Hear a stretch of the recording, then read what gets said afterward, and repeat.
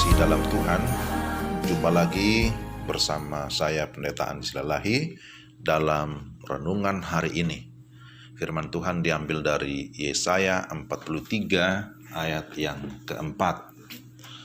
Sebelumnya kita berdoa dulu. Tuhan, terima kasih untuk kesempatan ini. Kami mau membaca dan merenungkan firman-Mu. Kami mohon pertolongan Allah Roh Kudus sehingga kami dapat memahami dengan baik. Dalam nama Yesus kami berdoa. Amin. Yesaya 43 ayat yang keempat. Oleh karena engkau berharga di mataku dan mulia, dan aku ini mengasihi engkau, maka aku memberikan manusia sebagai gantimu dan bangsa-bangsa sebagai ganti nyawamu. Yesaya 43 ayat yang keempat. Berdasarkan pembacaan ini, renungan kita berjudul Kita Berharga di Mata Tuhan. Kita berharga di mata Tuhan. Setiap orang pasti ingin dihargai. Namun seringkali dia tidak mendapatkannya dari lingkungan sekitar, bahkan orang yang dianggap dekat.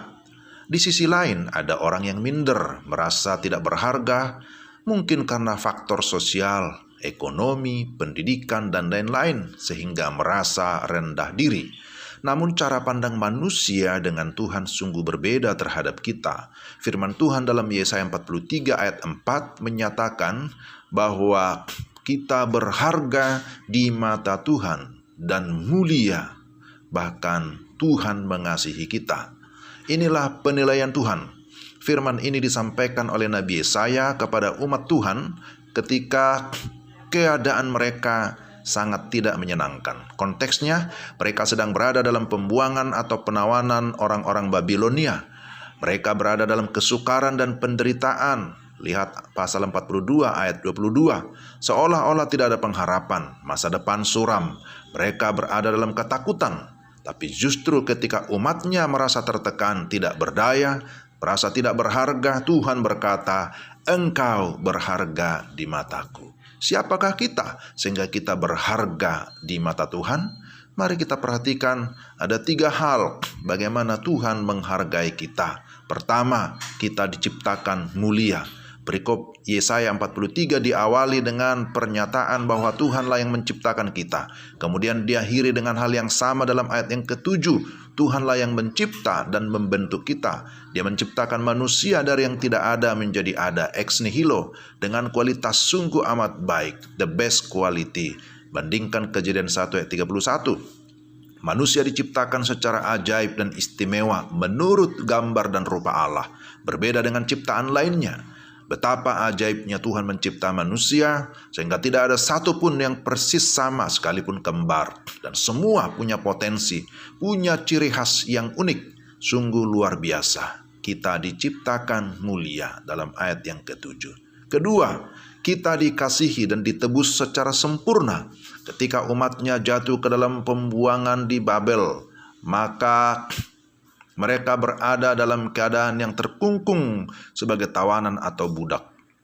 Mereka bukan saja menjadi budak karena ditawan oleh bangsa Babel, tapi juga menjadi budak oleh karena dosa yang membelenggu. Peristiwa penawanan ini terjadi sekitar tahun 586 sebelum Masehi, dan mereka menjadi budak lebih kurang 70 tahun. Itu bukan waktu yang singkat, tetapi cukup lama. Tidak ada bangsa lain yang dapat membebaskan mereka. Mengapa mereka menjadi tawanan? Tentu karena dosa, tidak taat pada firman Tuhan. Tetapi Tuhan tetap mengasihi, bahkan menjanjikan seorang penebus. Aku memberikan manusia sebagai gantimu. Demikianlah janji Tuhan yang digenapi di dalam dan melalui Yesus Kristus, satu-satunya Tuhan dan penyelamat. Penebusan yang dikerjakan melalui Kristus tidak hanya membebaskan secara fisik, tetapi secara rohani dari segala perbudakan dosa dan iblis. Ketiga, kita disertai Tuhan secara kekal. Pertama, bahwa penyertaan Tuhan berlaku bagi kita dalam segala keadaan, serta dalam sepanjang perjalanan. Perhatikan dalam ayat 2, ketika melewati berbagai rintangan. Oleh karena itu jangan takut, termasuk menghadapi pandemi COVID-19 yang sedang terjadi pada saat ini. Kedua, bahwa penyertaan Tuhan berlaku dalam 3 dimensi waktu. Dahulu, sekarang, dan yang akan datang. Dahulu ketika di Mesir Tuhan menyertai, sekarang ketika di Babel Tuhan juga menyertai. Bahkan masa yang akan datang sampai kepada kekekalan, Tuhan juga tetap menyertai. Janji penyertaan itu dikonfirmasi oleh Kristus sendiri dalam Matius 28 ayat 20. Saudara yang terkasih dalam Tuhan, kehidupan kita tidak bergantung pada apa kata orang dan tidak bergantung pada dunia, tetapi bergantung sepenuhnya kepada Tuhan. Tuhan menghargai kita karena kita adalah ciptaan yang mulia. Kita adalah miliknya yang sudah ditebus, lunas, dibayar dengan darahnya yang kudus. Dan Dia berjanji beserta dengan kita. Jika Tuhan begitu menghargai kita, maka mari kita pertama menghargai diri kita sendiri dengan hidup sesuai dengan kehendak-Nya. Kita bersyukur atas segala karyanya yang begitu agung di dalam kehidupan kita. Tapi yang kedua, menghargai sesama sebagai ciptaan menurut gambar dan rupa Allah yang juga membutuhkan kasih dan penebusan Kristus. Kita menunjukkan sikap hormat dan peduli kepada orang lain yang mengalami kesusahan, penderitaan, terlebih mereka yang masih terhilang oleh karena dosa. Mereka membutuhkan Tuhan dan Juru Selamat. Karena itu, mari kita tetap tekun di dalam Dia. Ingat bahwa kita diciptakan, dibentuk oleh Tuhan adalah untuk kemuliaan-Nya. Tuhan memberkati kita sekalian. Mari kita berdoa. Tuhan, terima kasih untuk firman-Mu. Kiranya Roh Kudus menolong kami supaya kami dapat memahami, bukan hanya memahami, tapi kami dapat menerima, serta kami dapat mengaplikasikan dalam hidup tiap-tiap hari. Dalam nama Tuhan Yesus kami berdoa dan bersyukur. Amin. Terima kasih pendengar sekalian, saudara-saudara yang dikasihi Tuhan. Kiranya renungan ini meneguhkan iman kita, menjadi berkat bagi kita, dan kiranya Tuhan dimuliakan.